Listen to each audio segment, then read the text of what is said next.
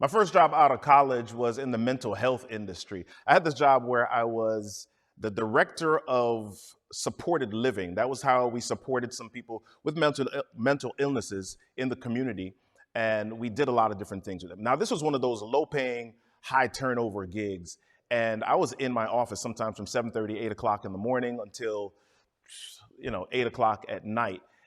I was out of alignment, though, and I was not in the space that I should be. So sometimes when you're out of alignment, what happens is you get requested to move out of that space. And so I got called into an office one day and they were like, dude, yeah, you sold us yourself when you were in the interview, but what you're doing right now is not lining up. So I moved out of that space. And then I moved into the teaching industry. And that was more in alignment. I was in the teaching industry for about 8 or 10 years. While I was teaching, I actually started 2 businesses. My first business was an online gospel music promotions portal. We interviewed gospel artists and we put music on radio and internet radio stations.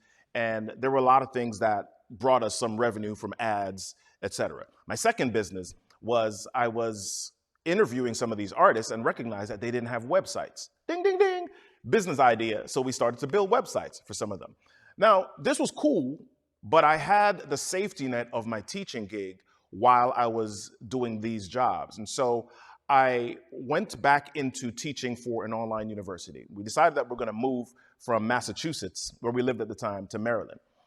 I moved with 3 children under the age of 5. And 10 days after we moved into Maryland, I lost my online teaching gig. Now, I don't know if you have little kids, but I had 3 little kids that were looking to me as daddy to provide and support, and a wife who was looking at me like, dude, what you gonna do? Right? So I started to apply for jobs, but I wasn't getting any replies. I wasn't getting any gigs. And then after a little while, I decided, you know what? Let me try to strike out on my own. I know a little bit about what it's like to be an entrepreneur. And so I started a business where I was developing online courses and e-learning for corporations. And that started to go really well. And we were scaling pretty well until I made some decisions in my business. I remember that morning where I got a knock at my door and there was a guy outside with a yellow envelope.